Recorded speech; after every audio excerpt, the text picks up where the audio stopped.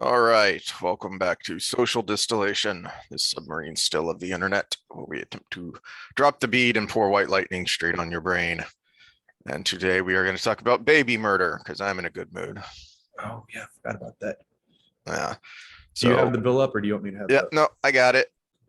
We teased that last time. We're going to talk about it. I don't think it's going to take that long, because we have talked about it before. And as I was going back through the full text of the bill, I realized, you know what? We don't need to go through some of the nonsense because if two alcoholic meatheads could figure this out before the bill was even passed,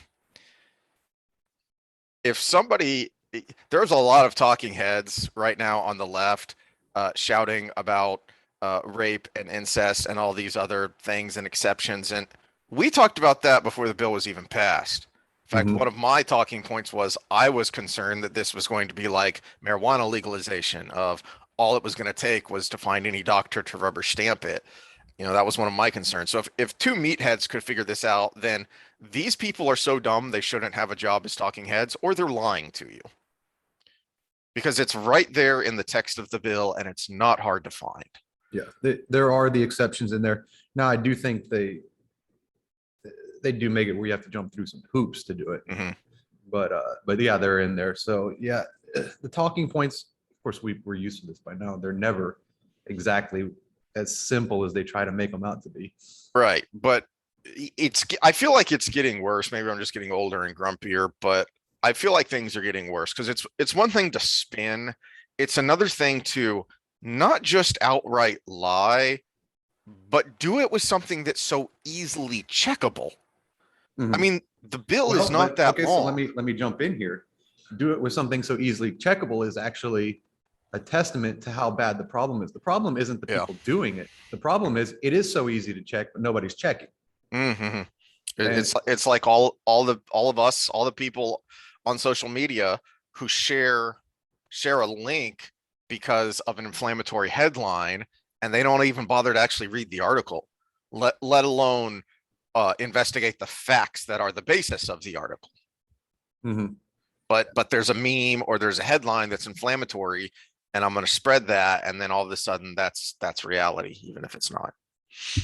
uh, specific to the abortion bill, though, I think we both have a problem with it, even though we Mhm. don't agree on the topic that it's supposed to cover. Well, I may surprise you. We're going to jump right into that Okay. because well, to set it up, the the reason that so one of the confusions here is the Supreme Court didn't actually rule on the bill. All they said was they threw out the emergency injunction request because they said there was no standing, which I think I've ranted about standing before. But anyway, Yeah. and that was in part because of the very unique and some say clever, some say skeevy way that the enforcement mechanism of this bill is designed. So the merits on the case have not been ruled on by the Supreme Court. I'm not sure if the merits have been ruled on by any court yet, simply because there isn't a case to rule on yet. Mhm. Okay, so someone is going to have to bring a suit based on this bill before there can be any sort of appeal to a higher court, and that's the thing that is causing problems both within and between the sides of this argument. And here's what I'm talking about. Where is that? Here we go. All right, so it's right here at the top of the bill. An act authorizing a private civil right of action. Okay, so plainly, there is no criminal uh, punishment to violating this bill. All this bill does is it allows someone to bring a civil suit to sue someone who uh, who performs an abortion.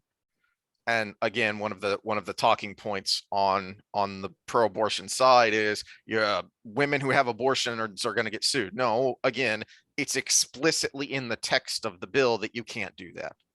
But this is what is causing the the debate right now uh, is what do people think about this being the punishment mechanism for abortion? Because there are pro-life people who really don't like this because they feel like this is circumventing the core issue, which is an unborn child a child? Is that a life, that a human life, and thus possessing all the inherent rights that any other human life has? And then there are even pro-life, like I said, there are pro-life people who don't like it, and then of course there are pro-abortion people who say this is dumb, this is skeevy. Well, you know, it's either illegal or it's not, etc., and so forth. And I'll let you address that. But before that, my next highlighted portion here, I think this is actually it's somewhat tangential, but I think it's important to note that one of the justifications and foundations for this bill is they say the legislature finds that the state of Texas never repealed, either expressly or by implication, the state statutes enacted before the ruling in Roe v. Wade. There were not massive back alley abortions then, nor would there be if somehow magically Roe v. Wade or Casey were overturned. All that would happen is what was going on before Roe v. Wade. Each state had its own set of laws that had abortion legal or illegal to varying degrees based on the state, because this is not a federal issue. And so all the state of Texas is doing is referring back to that and saying, well, the Supreme Court basically said X in Roe v. Wade, but we still have these laws on the books, so we're going to use those laws to allow a civil action. And before you jump in, let me go to my next.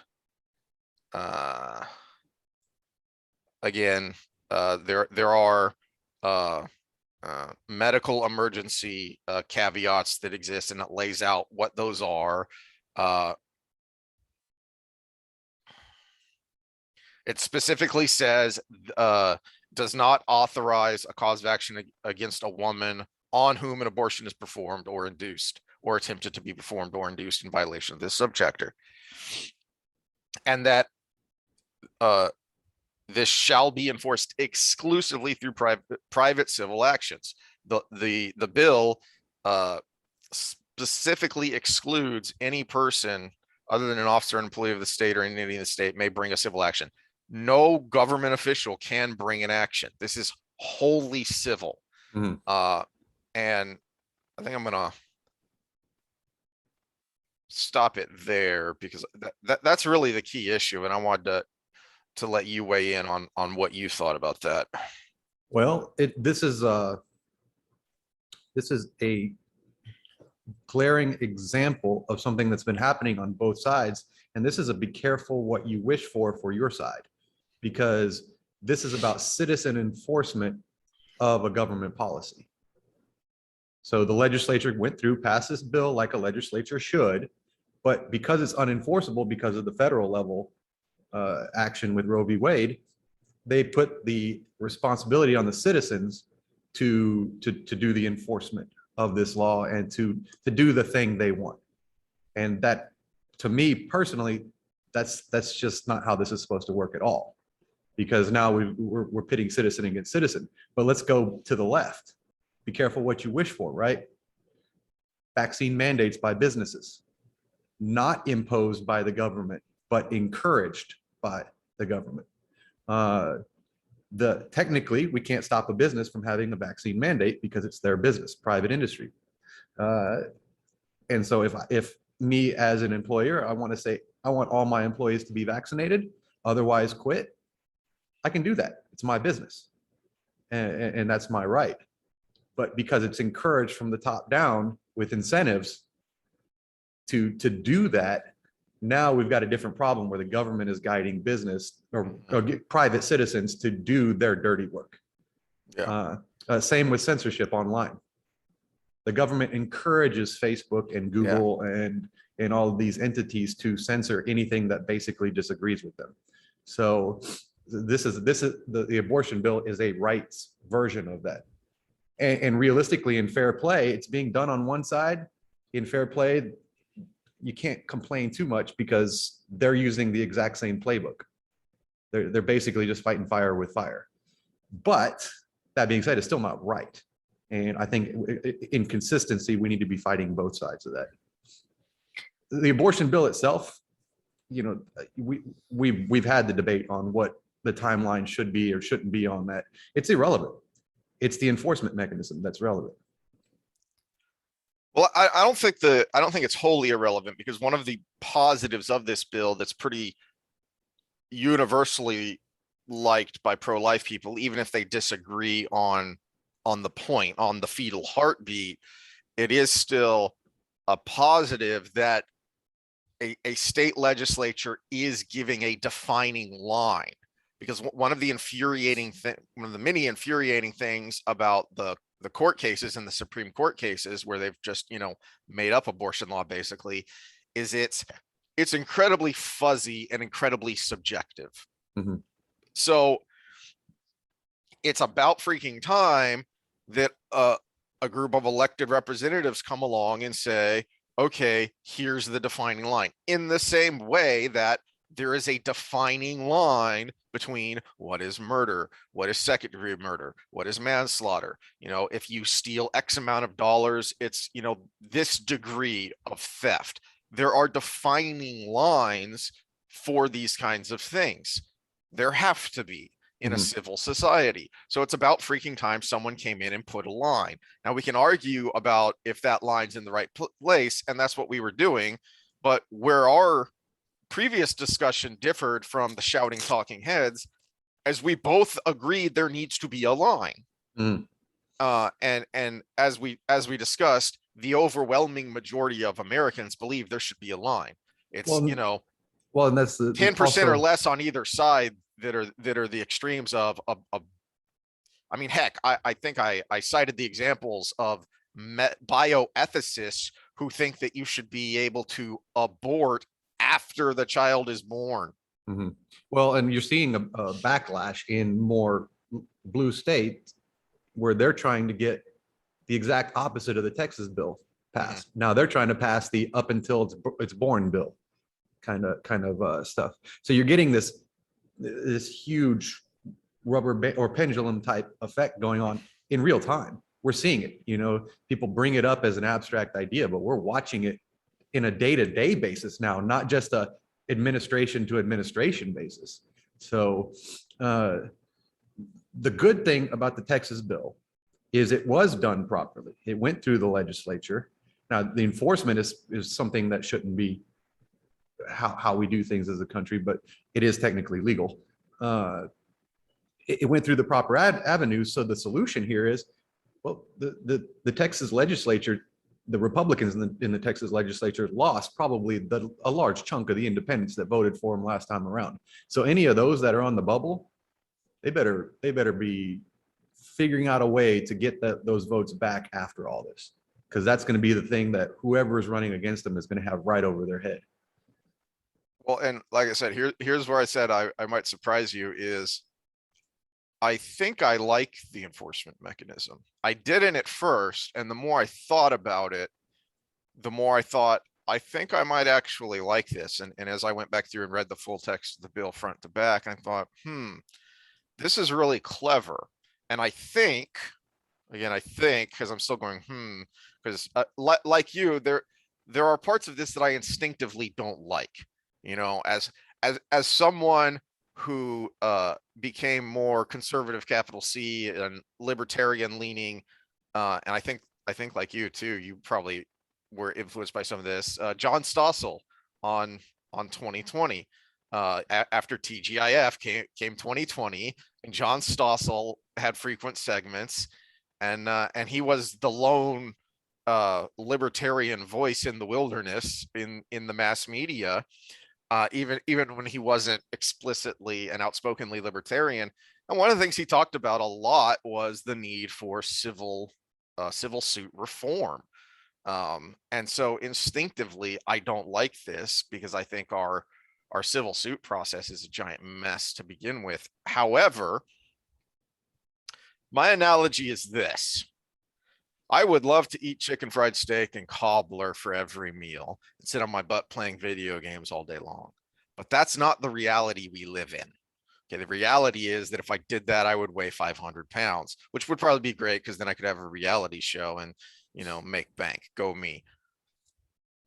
That aside, that's not the reality we live in. And ideally, the reality should be what we're talking about. What I think, frankly, a lot of the people who supported this bill would have liked to do, which is more like what the Mississippi law is, which is going to be the real test of the of abortion when it gets to the Supreme Court, because it explicitly it is a more traditional law, like what we were talking about. However, we can't have a traditional law, and it's all the Supreme Court's fault. The Supreme Court, if anyone thinks they are pro-choice or pro Roe v. Wade, I urge them to go read the case. Go actually read Roe v. Wade. It's hysterically bad. And this is, I've heard actual lawyers and legal scholars talk about this, but just as a layperson reading it, as someone who's actually read the Constitution, you read it and go, what the hell are you talking about? The Supreme Court, as you said, be careful what you wish for. The Supreme Court wanted an outcome, and it went and it invented a way to get that outcome.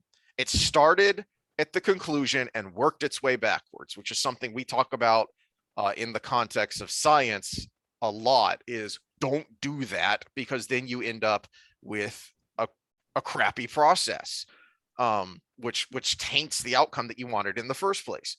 The reality we live in is that you can't have a law that's an actual law every single time a legislature has tried this. And even, I think I brought this up last time. I know Texas did this. A lot of people don't know I just brain futtered on his name. Gosnell, Louis Gosnell, who ran, and pro-life people use the term abortion mill, but Gosnell's clinic in Philadelphia was an abortion mill. It was, people talk about back alley abortions, but if you look at the pictures of this place, it's disgusting. This was a clinic that was a back alley abortion site, and it was one of the biggest federal cases that had been brought in a while, because he had so many counts against him for violations of state and federal law, running this abortion clinic. And after that case came out, and after all this information came out about it, there were a number of states that tried to restrict abortions simply by holding abortion clinics up to the same standard, not a higher standard, the same standard as any outpatient surgery facility.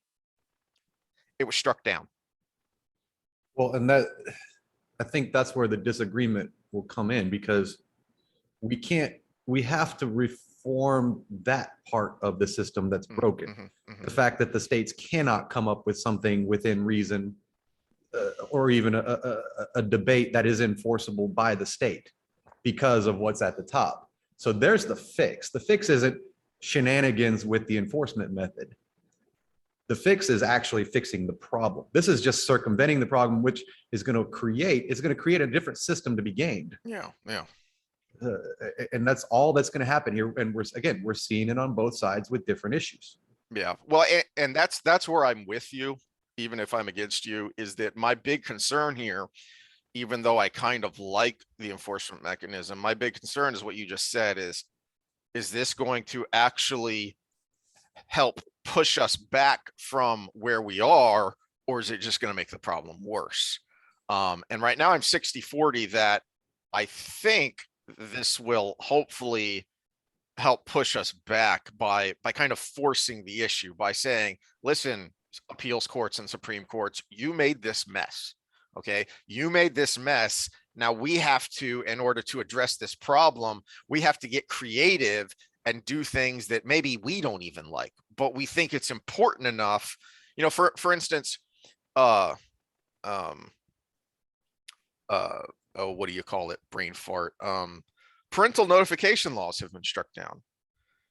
You can't give an ibuprofen to a child at a high school without parental release, but you can refer them to an abortion provider, and you don't have to tell their parents. And every time a legislature has tried to enact laws that say you can't do that, you don't get special rights for an abortion that you don't have with any other medical procedure, they've been struck down. Now, what is a legislature supposed to do? What are parents or parent groups supposed to do for something that is incredibly serious? I sympathize with that aspect of it, of saying, do we sit back and wait for the courts to be reformed, or do we find another way to address this because it's important enough that we address this now? As an analogy, this is an extreme analogy, so calm down, people. I recognize that, but the Supreme Court repeatedly stepped out of its lane in the early 1800s, in the first half of the century, to uphold slavery where it was not permitted to do so. The court wasn't permitted to do so. It was stepping out of its lane. So individual groups said, all right, fine, we're going to break the law because the law is immoral, and we're going to do things like the Underground Railroad. We are going to address this. We're not going to wait around for the court to get its head straight. We're not going to wait around for the system to get reformed, because this is too important. It's going to impact too many lives while we wait for that to happen. I think that's just, no, you're correct. You're correct in that statement that yes, something to spur the change needed to happen. And this is where conservatives are a little clumsy, because conservatives are not used to fighting for change. And so now we've got this moment in time where they're trying to use a sledgehammer to do something that would probably have been better with a rapier, just out of clumsiness. And I'm afraid of the downstream effects of it, because it justifies a lot of bad behavior that's been going on over the last 4 or 5 years with big tech and a lot of the COVID laws that have trickled down and been brought down on high, but through citizen enforcement. So again, I think it's a very clumsy way of doing it, but you're absolutely correct. Some sort of change needed to be spurred, and I don't have an answer of what would have been a better option. Well, I do, but I think people are going to like it even less. Well, the best option would have been people listening and hearing both sides of every issue and doing their homework when the rhetoric comes out, and then somebody in the leadership role playing to that and explaining, hey, this is why abortion is never getting taken care of, because XYZ problem. I promise to fix that, and actually following through it. That would be a perfect world. But obviously. So like our first or second episode, I talked about to me, the most basic fundamental individual right is the right to say no. When it comes to any interaction, individual or individual to group or group to group, the most fundamental human right is the ability to say no. I am not going to be forced or coerced into doing something that I don't want to do, even if it's just the simple fact that, damn it, you're not going to tell me what to do because I am my own person. I think we need that on the state level.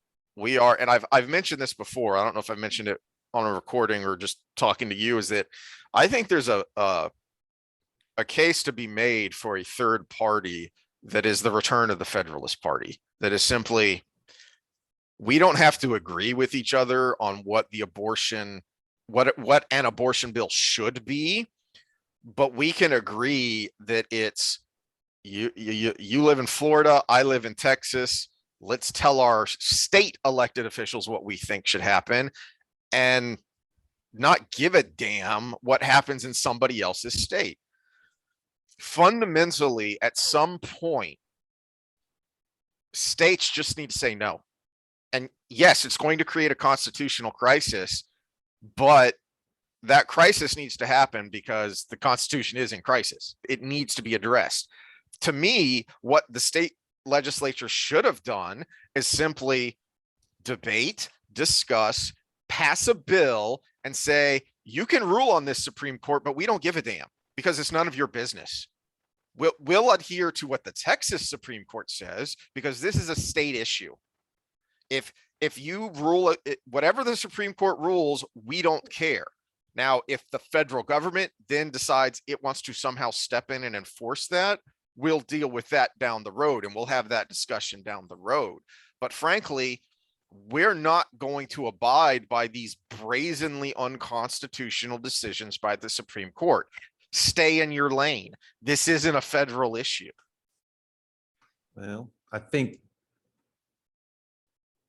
well, you're right in that part of the success we've had is without collapsing up until now is the fact that we do have a separation. Mm-hmm. And we should have some form of, we were really were on the cusp of it, because you look at the Libertarian Party, the current Libertarian Party, there was a moment in time where it could have shifted into that. Mm-hmm. But at the moment, it's actually shifting. And I think it's because of everything that's happened these last 4 years, it's actually shifting more anarcho-capitalist. So the Libertarian Party,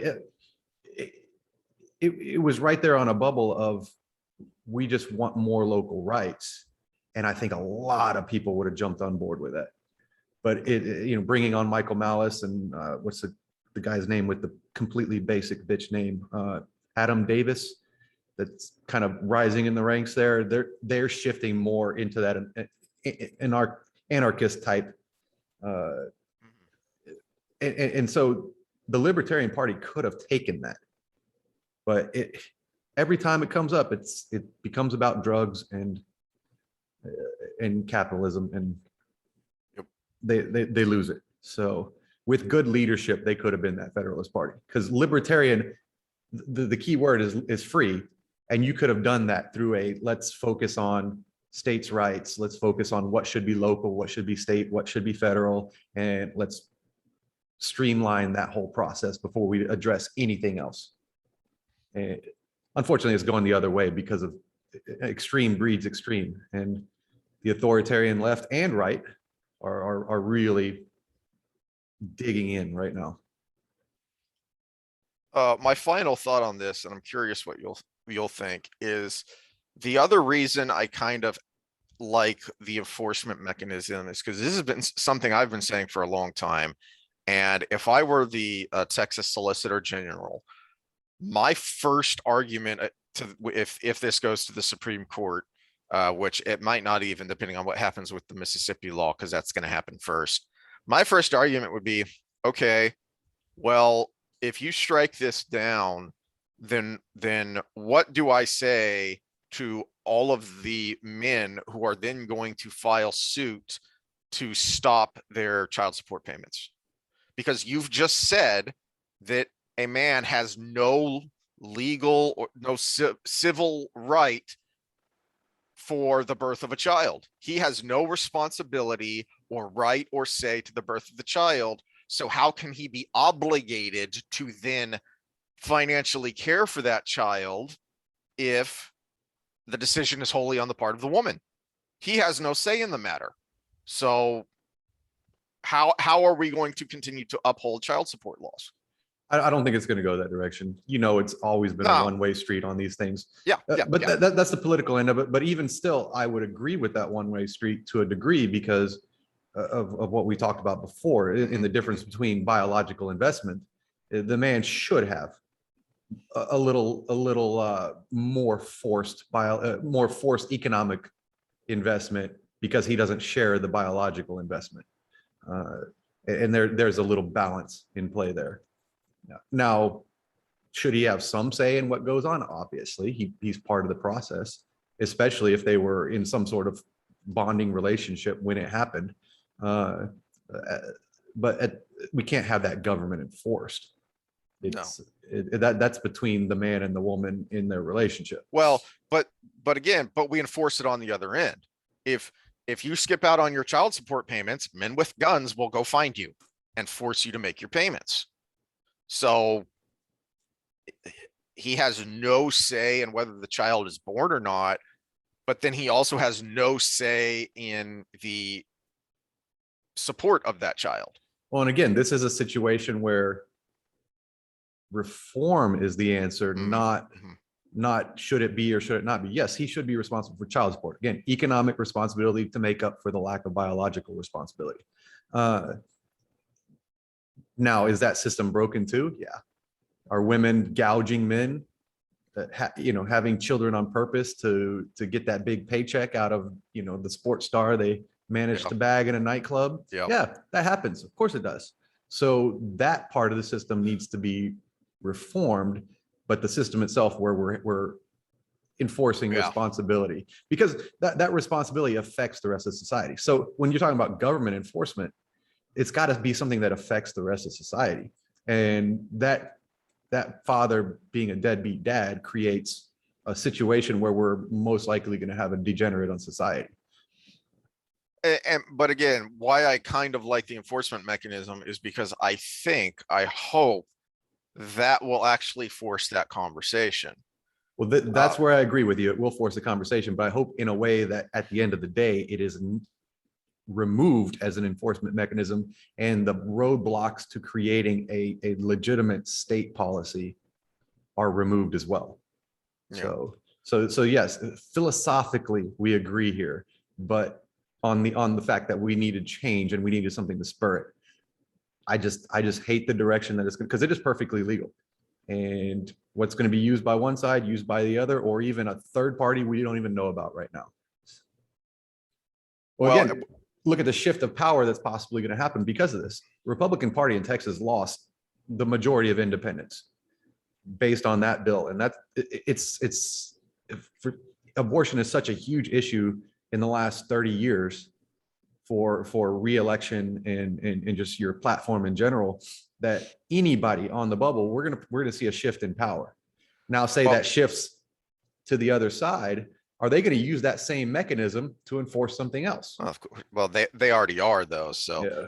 But where I think we can agree completely politically is, well, first of all, I do think that at least some, if not most of that loss of independence could be regained if they can successfully get their message out about what the bill actually is. Because as I talked about last time in our abortion conversation, if you just simply poll the question pro-life, pro-choice, you will see a pretty significant lead to pro-choice.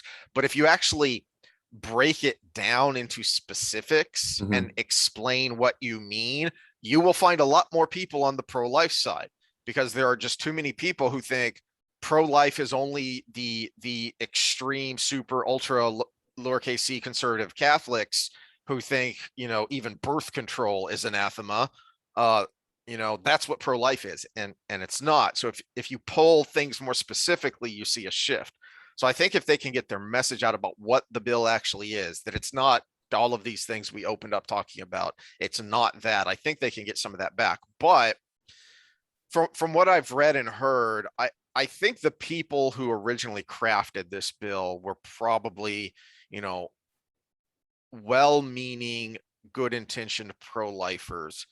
But when we first talked about it, I ranted about how I thought this was just political grandstanding, because most of the people who voted for this bill knew there was no way it was going to stand up, but they didn't care. They had to just appease their base and, have a talking point. Which is great for those spots of the state where that's actually going to bolster their numbers. But you just shot your constituents in the foot that are maybe outskirts of Houston, where you got a 50-50, or sitting around the Austin area where you're really struggling to keep your seat. But where I think it's even worse than that is because, like I said, I think there are some people who were well-meaning here, but I think most politicians are selfish weasels or lazy. How many of them heard Heartbeat and thought that was great and thought it was somewhere around 10 weeks or 12 weeks or something like that? And they're like, yeah, cool, Heartbeat, that's great. That's a great little marker. And not even knowing that most women don't know they're pregnant at that point. but I think the real selfish weasel part here is the enforcement mechanism, because it's passing the buck. It's Mhm. kind of what we talked about, but more explicitly, there is no uh like you can't have the terrible optics of, you know, a doctor being arrested for performing an abortion. That would be horrible optics. You don't have to have those optics now, and you can say, I had nothing to do with this. We're just allowing this to be worked out civilly in civil courts.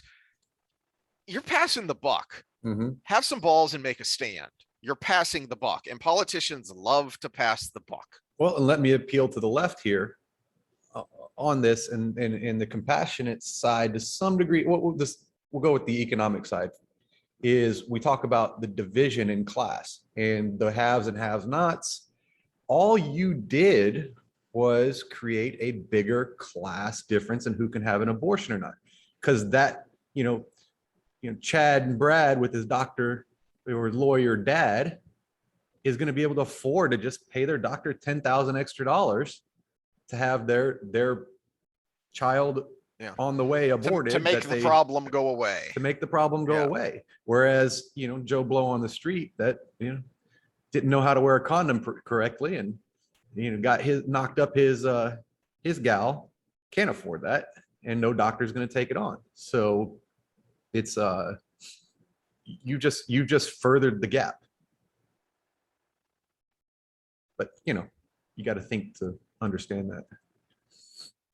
And you've got to actually have discussions about the issues, not just shouting about the talking points. Mhm. All right, so we're going to shift gears here, and I'm going to surprise Sam with some fun. All right, I found something that I was going to send you, and then I didn't, because I decided I want to see your reaction in real time. So I hope you haven't seen this. And by fun, I mean you've got the good post-surgery drugs. So I'm going to try and cause you pain. Oh, they they did a good enough job on their own. Right. There we go. Share. Sharing is caring. This is from Scientific American. Why the term JEDI is problematic for describing programs that promote justice, equity, diversity, and inclusion. The acronym JEDI has become a popular term for branding academic committees and labeling STEM initiatives focused on social justice issues. Used in this context, JEDI stands for Justice, Equity, Diversity, and Inclusion. In recent years, this acronym has been employed by a growing number of prominent institutions and organizations, including the National Academies of Sciences, Engineering, and Medicine. At first glance, JEDI might simply appear to be an elegant way to explicitly build justice into the more common formula of DEI, an abbreviation for diversity, equity, and inclusion, productively shifting our ethical focus in the process. JEDI has these important affordances, but also inherits another notable set of meanings. It shares a name with the superheroic protagonists of the science fiction Star Wars franchise, the Jedi. Within the narrative world of Star Wars, to be a member of the Jedi is seemingly to be a paragon of goodness, a principled guardian of order, and the protector of the innocent. This set of pop cultural associations is one that some Jedi initiatives and advocates explicitly allude to. Whether intentionally or not, the labels we choose for our justice-oriented initiatives open them up to a broader universe of associations, branding them with meaning, and in the case of Jedi, binding them to consumer brands. Through its connections to Star Wars, the name Jedi can inadvertently associate our justice work with stories and stereotypes that are a galaxy far, far away from the values of justice, equity, diversity, and inclusion. The question we must ask is whether the conversations started by these connections are the ones we want to have. We will argue our justice-oriented projects should approach connections to the Jedi and Star Wars with great caution, and perhaps even avoid the acronym Jedi entirely. Your thoughts? This person's getting a paycheck for writing this. Excuse me, persons. Multiple Persons. authors to this. Oh my goodness. All right, so while you try and stop the stroke from happening that you're currently being afflicted by, let me go over real quick their 5 reasons Oh, why this is problematic. The Jedi are inappropriate mascots for social justice. Star Wars has a problematic cultural legacy. Jedi connects justice initiatives to corporate capital. Aligning justice work with Star Wars risks threatening inclusion and sense of belonging. The abbreviation JEDI can distract from justice, equity, diversity, and inclusion. All right. you know, why do I stay sober? Wow. I'm still trying to figure out why it's problematic. They never really explain that. They just, Well, that was so let me. are they saying because the Star Wars franchise is corporate, the connection is problematic, or because the Jedi in Star Wars were connected to corporate? But both. That was part of theirs. So I gotta bring back the share screen because this is delightful. Okay, let me bring this back up. All right. Although they're ostensibly heroes within the Star Wars universe, the Jedi are inappropriate symbols for justice work. They are a religious order of intergalactic police monks prone to white saviorism and toxically masculine approaches to conflict resolution, violent duels with phallic lightsabers, gaslighting by means of Jedi mind tricks, etc. The Jedi are also an exclusionary cult, membership to which is partly predicated on the possession of heightened psychic and physical abilities or force sensitivity. Okay, Strike. wait, hold on here. So basically, they are social justice warriors. Yeah. They can see and feel things that none of the rest of the world can see and feel. So they can go ahead and from their high and mighty podium educate us all on why this world is unjust. And so to me, that actually makes them the paragon of the social justice movement, and it makes it more fitting that they should be called Jedis. I'm going to start calling everybody Jedis that posts a meme about how I can't see the world through their eyes. You know, it's funny you bring that up because that just made me think of something because I don't remember if it was in that paragraph or later down, but one of their other problems is from the prequels and the stupid midi chlorines is that there's a physiological component to the force, so that brings in has concerning eugenics contexts and all these other things. Oh, wait a minute. The whole point of anti-racism is that by your biological nature, you are a racist, Sam, because of your pigment that is based on your biology. Well, but back to the other point is by the biological nature of being one of the oppressed class, you have a different vision and a different way of seeing the world that makes you more of an authority on how it actually is. So yeah, it's actually the perfect analogy, and they just didn't realize it. Beyond all of the specific absurdity, I was desperately hoping that this article was either someone at the Scientific American trying to be funny, because this reads like a Babylon Bee article, or the whatchamadoodle. I always forget their names. The hoax humanities The Onion journals. No. The actual academic journals. Yeah, well, I just call them the hoax papers. But, the hoax, because this reads like one of those. If for anyone, the conceptual penis. Yes. Dog parks promote rape culture. For anyone that's read fat all bodybuilding. Yeah, for anyone who's read all or part of that stuff, this reads like one of those. It's astounding. Yeah. God, where do you get this crap? The internet giveth, and the internet take it away. I'm glad I work for it. Jeez. Oh my goodness. No, but yeah, by what we just talked about, it's almost like they want a distance from it because they're afraid people are going to see what we just talked about. That no, it's actually very fitting because this what is it? dual visions or whatever Dubois would say, or this uh,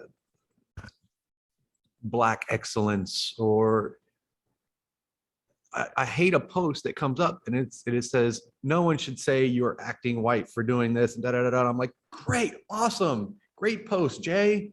And then at the end it says because we have black excellence, and I'm like, yo, just ruined it. All this stuff about how we're all the same and we can all live with human potential versus the color of our skin, all to lead up to you separating yourself from with the color of your skin. No, it's called human excellence. It's called excellence, period. No qualifier on it. It's called just living to the top of your potential as a human being. And I'm like, but then you just ruined it. You just ruined it. There is no this or that. There is no white excellence either. It is, I'm just living to the top of my potential or some variation thereof. And it has no qualifier before it. But yeah, so I think it's a little confession through projection and almost trying to distance so people don't see it, because it is the perfect analogy. But yeah, it still makes my head hurt. Yeah, and because this isn't, this isn't some Salon or, Politico or Huffington Post piece. This is the Scientific American, and it is being written, as far as I can tell, 100% serious. And play stupid games, win stupid prizes. If you're one of these people who are, sharing these memes that annoy the crap out of me or sending me screen posts that make me want to strangle you about the vaccine hesitant, and you think they're so stupid. You think people who don't trust the science are stupid when this is the science? Yeah, I was going to go down that road. You wonder why how people happens? don't trust the science, and this is the direction the scientific community has gone. Well, the publicated version of the scientific community. Play stupid games, win stupid prizes.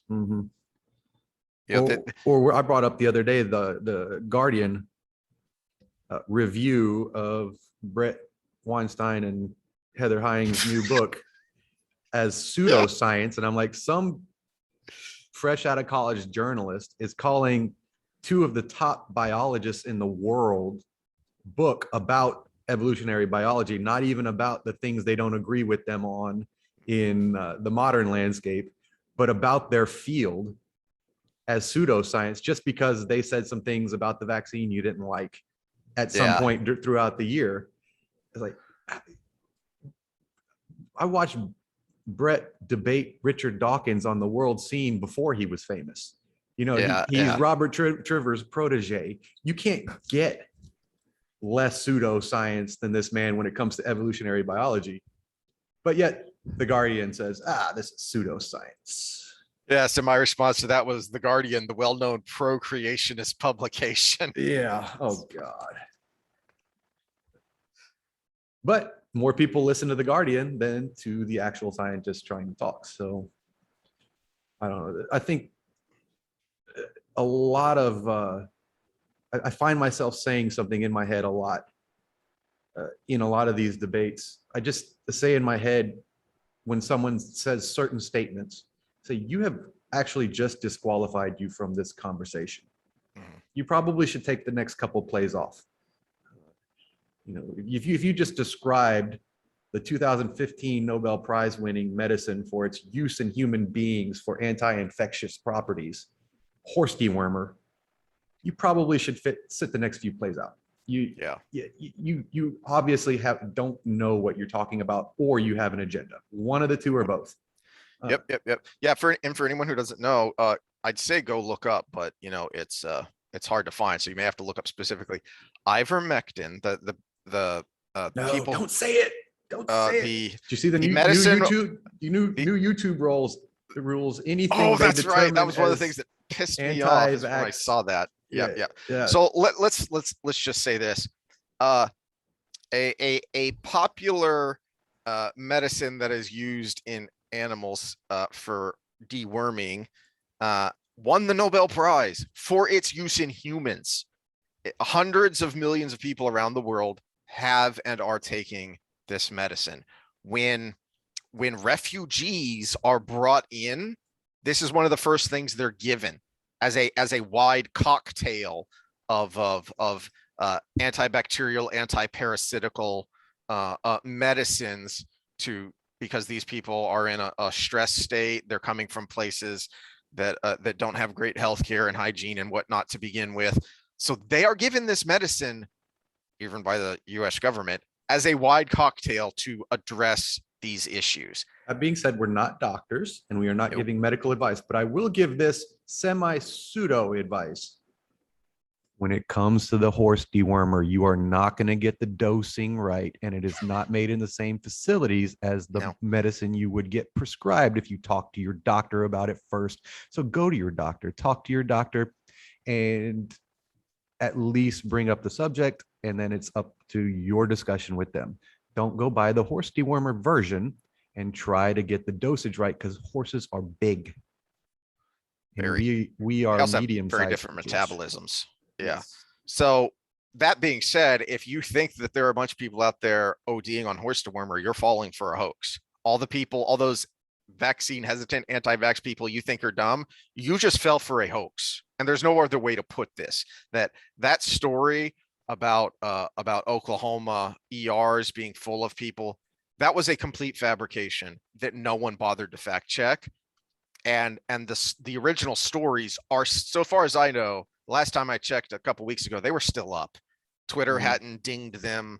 They're still up. There have been no retractions. They didn't take the article down. They just put an edit note on the end of it. Two of them. Yeah. None of this was true. And the person that our source doesn't even exist. Our source didn't even work for the place that the story apparently happened. So the story is still there in its original form with a little asterisk at the bottom that's like, this actually didn't happen. And so far as I could tell, we quoted actually wasn't there. Yes. And so far as I could tell, when I went looking and digging for stories, poison control centers are not being overwhelmed with people who have OD'd on this stuff. There have been some calls. The real official number is around 5%. And from what I could tell, I couldn't find instances of people who had actually taken it. I found that there were calls asking if they could. There are actual OD cases. Okay. Mostly going blind. Okay. I couldn't find any, but I mean, hell, you can kill your liver by ODing on Tylenol. Yeah, it's around 5%. And the fact that it's happening at all is a reflection on both sides. The fact that people are actually pimping out the use of it without this more detailed disclaimer is part of it. And then the other part is the force from the other side trying to silence it is actually creating a bubble of curiosity in the people who want to try it. So and a bubble of desperation, because this is a point that I think needs to be made more, is that the people who are criticizing things like the medicine which shall not be named, and they're calling it alternative treatments to the vaccine. Alternative to what? So far as I know, there is no standardized approved treatment other than putting you on a ventilator. Other than telling you, well, go home, isolate, come back if your symptoms worsen, but otherwise just stay home and hope you get over it. Alternative to what? Okay. There is no vaccine. Exactly. That's all there is. But there is no alternative treatment because there's no treatment. And that's scaring the crap out of a lot of people, and rightfully so. And as the numbers of breakthrough, can we call them breakthrough cases if there are so many of them now? But that's an aside.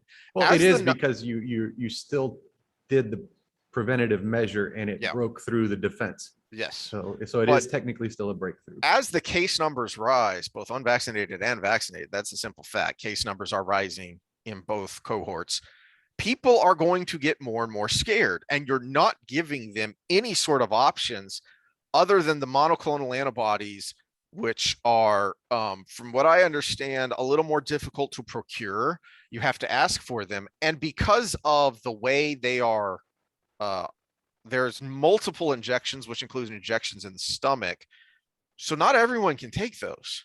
Yeah, and they're made from plasma, from what I understand, Mhm. which means there are large groups of people that are religiously uh, opposed to getting that treatment. So why can't we have another treatment on the Yep. books for those people? Yep. Say a Jehovah's Witness, they don't take anything made from human blood. They don't. Mhm. They won't do a blood transfusion. So now, I'm a normal human being, even though I'm a Jehovah's Witness, and I get sick with COVID. What are my treatment options? I'm already sick. You Look, know, in the you same can't way say that go get vaccinated. in the same way that, okay, what are my treatment options because I have a heart condition? What are my treatment options because I'm diabetic? Those things change the way you are treated. And we're not allowed to talk about these things, and we're not allowed to have options. And Well, this is a direction I wanted to go, mhm, uh, because we need to stop treating side effects and probabilities as random. mhm, mhm, mhm. Because the one we brought up last time was the myocarditis in the children. Well, 0.2% is around the number in I think 12 to 14-year-old boys. Well, that's also in line with the numbers associated with congenital heart defects. Oh, amazing. Amazing how that works. So why can't we do a full evaluation on someone and say this person's prone to, from genetic background, family Mhm. history, uh, or things that have shown up, a murmur, Or you already know, or you already know you have congenital heart disease. Why can't that cardiologist say, hey, that 0.2% is of everybody out there, but it's 100% of my clients? yeah. I want to sign that note that says they don't have to do that. Why do I Mhm. have to go down? Why am I going to lose my career because I'm signing these notes? It's 100% of my clients. It's Yeah. 0.2% of yours Mhm. because you're dealing with everybody. Yeah. Yeah. That's important. That's where these numbers come from. So it's, uh, you talked about this in the way that the numbers get fudged of, oh, it's, it's 16% of, no, wait a minute, and I'm just pulling that number out of my butt, but no, hold on, it's 16% of this other percent. So it's actually a much smaller number if you're talking about the general population. These things matter. Condom use, they're 95% effective. Guess what that 5% represents? People who don't know how to fucking use a condom.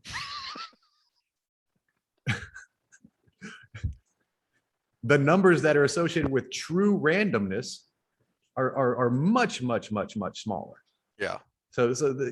You're being lumped in those people that rolled it on backwards or broke it because they stretched it too much, but a micro hole, or had long fingernails and put a cut in it as they were going. It's not truly random. So when we look at the side effects from the preventative drug we're all supposed to take or else, uh, those aren't random either. And we should be able to have that adult discussion of, oh, I'm in this population. This is a high risk. I am a higher risk for that. So my risk isn't 0.2%. My risk might be 50-50. Mhm. We don't know yet. And now we increase that even more because I had COVID already before, which has a higher incidence of, which should be considered a pre-existing condition. Should be a medical clearance to not get it. Mhm. But Well, and so this is, uh this is anecdotal, but I think it illustrates the point. I heard a story about a nurse who's, the group she works with is requiring vaccination. Okay, first of all, she works remotely, which I don't know what kind of work you do as a nurse that allows you to work remotely, but whatever. She works remotely. So it wasn't, okay, if you're going to come to the campus, you have to get a vaccination. No, everyone, even if you work remotely. Second, she's pregnant. So for anyone who doesn't know, hasn't experienced it, you are hyper conservative with someone who is pregnant. The standard is you always err on the side of caution. It's the burden of proof is to the extreme the other way around, because she was told, well, you have to show us a study that you can't take this because you're pregnant. You have to show a study that says the vaccines negatively affect pregnant people. No, No, that's the not how it burden should works. be the other way around. Yeah, you have to show us that it is 100% not an issue, which we can't know. For anyone who has not experienced this, pregnant women are advised not to eat cold cuts because there can be bugs in them that would not affect anyone else but could affect pregnant people. Pregnant women are told not to go around cat litter. Mm-hmm. Okay. Well, that one's a big concern. That one's a big deal. Toxoplasma gondii. Yeah. Yep. That one's a big deal. But there are surprising things that if you do not know these things or have not experienced it first or like a secondhand, then you go, wait, what? Really? So why in the world are we not talking about this with not only these vaccines, but even potential treatments, just about this in general? And the other anecdote I had is for me, and you may have experienced this true, but for anyone who's had a detailed conversation with a good doctor, and to me, that's the hallmark of a good doctor, someone you can have a long, detailed conversation with, you will find that heart complication is the quickest way to get a drug banned or not approved. Mm-hmm. So I was discussing with my doctor a while back about different drugs I could take for pain or anti-inflammatory, and he mentioned one that had recently gone off the market because there was a X% chance of causing heart problems, and it was gone. And I said, well, that's annoying because I'd like to at least have the option. He said, yeah, I know, but this is how it works with heart. If there's a heart thing, boom, it's gone. We're not even talking about it. That is normally a big effing deal. Yeah, for people, you can kind of put the duh on there because the heart is so important. Exactly. But what but the beyond the duh is why not the brain, why not the lungs, et cetera, et cetera. But what people don't know is the heart is a very silent killer. And you typically, if you develop something later in life, it really comes across, it seems like it's sudden, but it's been developing for a while.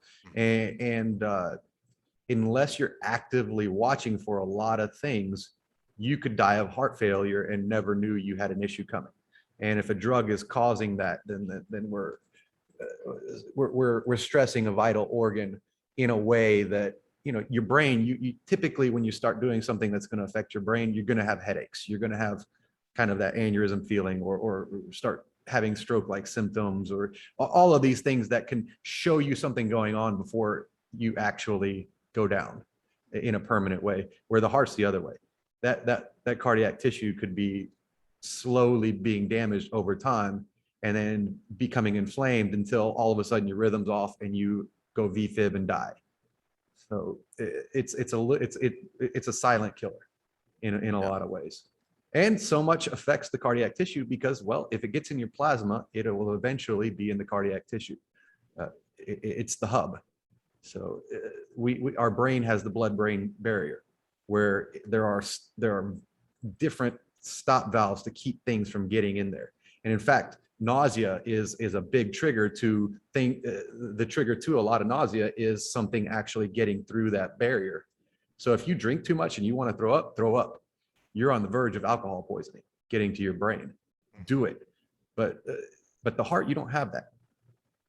Some diseases are slow running, where you get dizziness and tired and everything. But if something's going to throw you out of rhythm, or you're getting left ventricular hypertrophy, which is the thickening of the heart in the left ventricle, you may not know it till you go down, especially if you don't get regular checkups and stuff like that. Well, one more reason, as we've been ranting for a while now, why is this even a political issue? Because that's why this, from the federal freaking government, from the top, Here's one why. size fits all. I'm gonna tell you exactly why. Yeah. The booster shot was voted down by the panel of scientists 14-2, and it still went through because the bureaucrat head of the FDA said go. Ignored the 14-2 vote to strike it Makes you down. wonder what the panel's for in the first place. Exactly. So the scientists voted against it. The bureaucrat at the top pushed it. That's why it's a political issue. Eh, but on a smaller scale, I would say any of you idiots who are sharing the stupid memes are part of the problem, because you're keeping it a political issue when what my choice for vaccine or treatment uh is none of your damn business. And the more you politicize the issue, the more, as you pointed out, that even doctors aren't free to really discuss these things. They risk their career, they risk their license in a lot of places if they uh if they talk openly, or not even openly, but just plainly with their patient. You know, there's a reason we have medical privacy laws, because you need to be able to go into your doctor and say, hey, I have this funny rash and it burns when I pee, without Mhm. worrying about who that doctor's going to tell.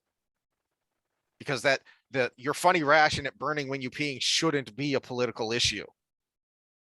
You should you should be able to discuss the options, and like you started this with, the probabilities with your doctor, and then make that decision for yourself. Well, look at the secondary effects too. So I just had a major pec rupture repaired, which is technically an elective surgery because you can live without your pec. And if I was in one of these states or places where hospitals or surgery centers are mandating vaccines to get the procedure done, because I don't have to get it done, it's not an emergency issue, or one of these places where doctors are refusing to treat unvaccinated people, well, my choice would have been get vaccinated before the surgery or don't have the surgery. And guess what? It would have been vaccinated plus the 14 days after, or the double shot plus the 14 days after. And for those that don't know about pec repairs, after 3 weeks, you're kind of just Screwed. screwed. Yeah, that thing atrophies and goes away. They say you can do it up to two years, but it's almost cosmetic at that point, where the functionality of the muscle itself is almost is shot. So time is at essence with an injury like that, and I wouldn't have been able to get this in some states.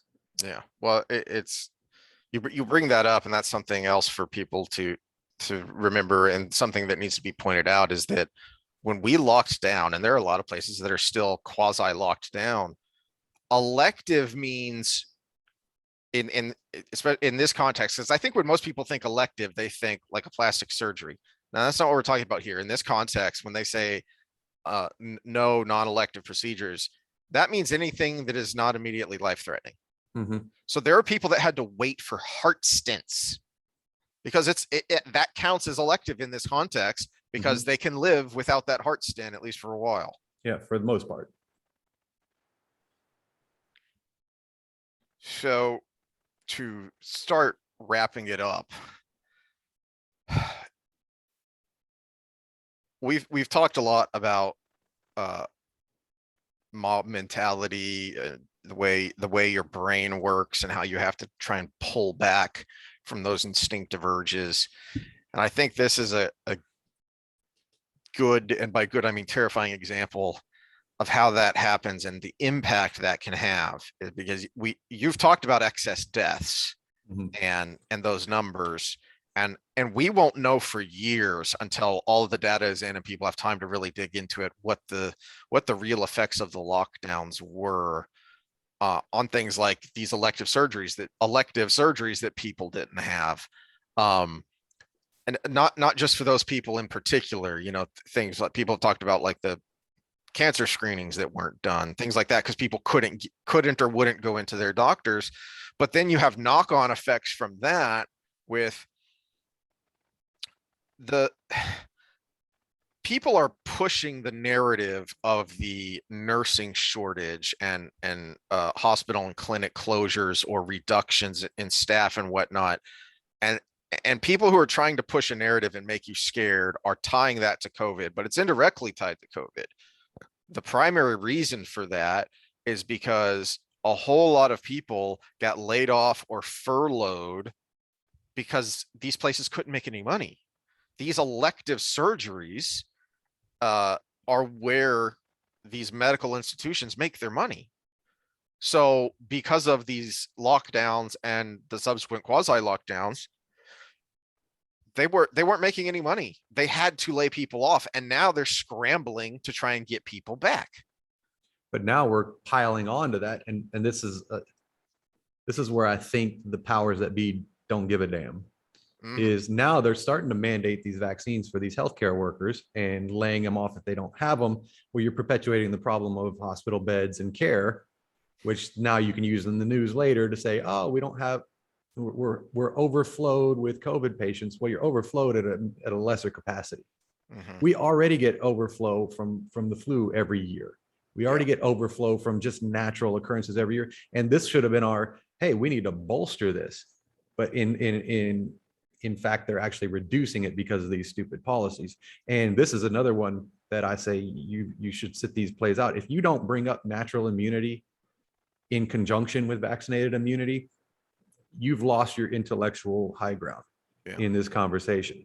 And so you should probably sit these next few out. And healthcare workers were in it before there was any vaccination, when the PPE was still being figured out, when they were in the trenches.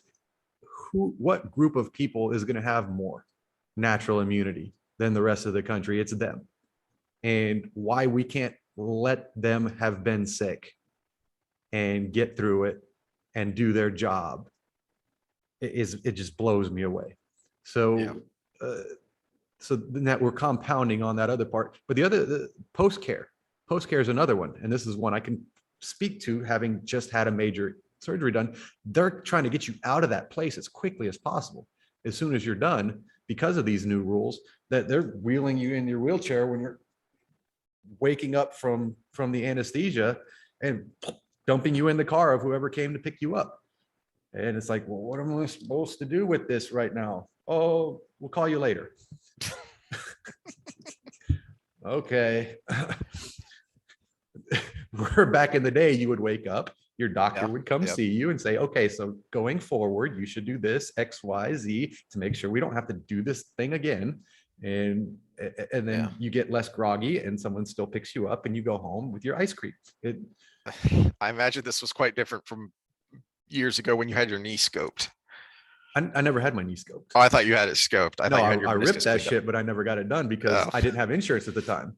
Well, I was one of those privileged white kids that didn't have insurance. Exactly. Yeah. Well, when I had my knee scoped, which is fairly analogous to what you had done, it was, I mean, it was outpatient because I didn't stay overnight, but I was in at like 5 a.m. to get the surgery done.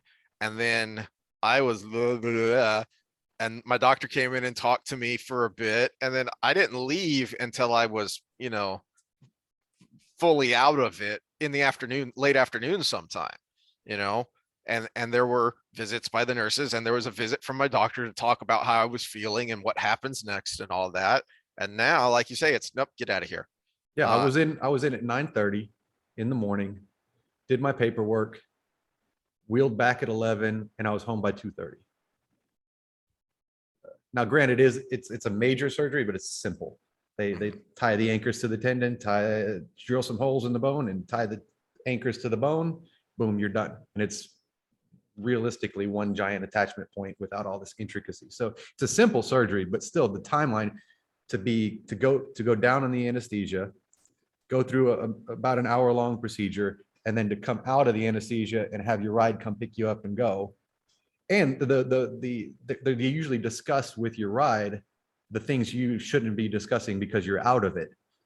That was a phone call on her way there, which I'm in the car going, okay, now what? And she's like, I really don't know. And it's not like she, my wife's a doctor. She's pretty intelligent when it comes to these things, but there was still that much loss in translation because of the way it was done. So, but again, compounding. And if you're participating in the political nonsense, you're aggravating this. And I will end by saying qui bono, fancy Latin term for who benefits. Okay. So you brought up the medicine that shall not be named before. And one of the groups that was criticizing it was Merck. Merck held the patent until it expired in like 98, 99. I think the people who won the Nobel Prize may have worked for Merck, or at least some of them did. And yet, and Merck was one of the producers of this drug, still is, so far as I know, for a long time, uh, in distributing it throughout the world where it's so frequently used. And they came out and criticized it. Well, Merck is also, It's not only that they criticized it, it's the way they criticized it, that it yeah. wasn't safe. We'd have no evidence that it's safe, blah, blah, blah. I'm like, you went through all that when you got your product on the market. Does it have, and it makes you wonder, does it have anything to do, what was your opinion of its safety in all at all influenced by the fact that this medicine, which shall not be named, costs like $1 because the patents run out, it's generic, and you have a multi-billion-dollar contract to make vaccines and boosters? And I believe Merck is one of the ones working on a treatment as Yeah, well. they were also working on a treatment. Yeah, And which will probably be expensive and expensive, and yet is anyone going to be surprised if it's basically the same just thing. a ramped up version of the medicine which shall not be named? Yeah, that's the other part of it.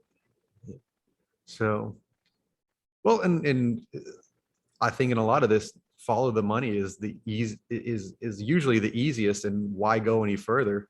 Why isn't natural immunity being brought up in the conversation? Well, certain companies lose 80 million doses of their preventative drug if we count natural immunity towards the total, because we're a little over 40 million cases in the United States. So that's a lot of money. I don't know how much a dose is, but 80 million times that Mm-hmm. is going to, I'm assuming it's thousands of dollars a dose, I would guess, because it has to be at negative 80 degrees and shipped across. And Yeah. so, yeah, it'd be quite a hit to the pocketbook if you counted natural immunity. Yeah. So maybe think about that before you post your next stupid meme, which gives me a headache. Oh, is it bad that I'm kind of becoming numb to it? They don't even make me mad anymore. I just kind of, That's that and all the day drinking. So with that, we will bid you adieu. oh, all right. Well, we'll see y'all next time.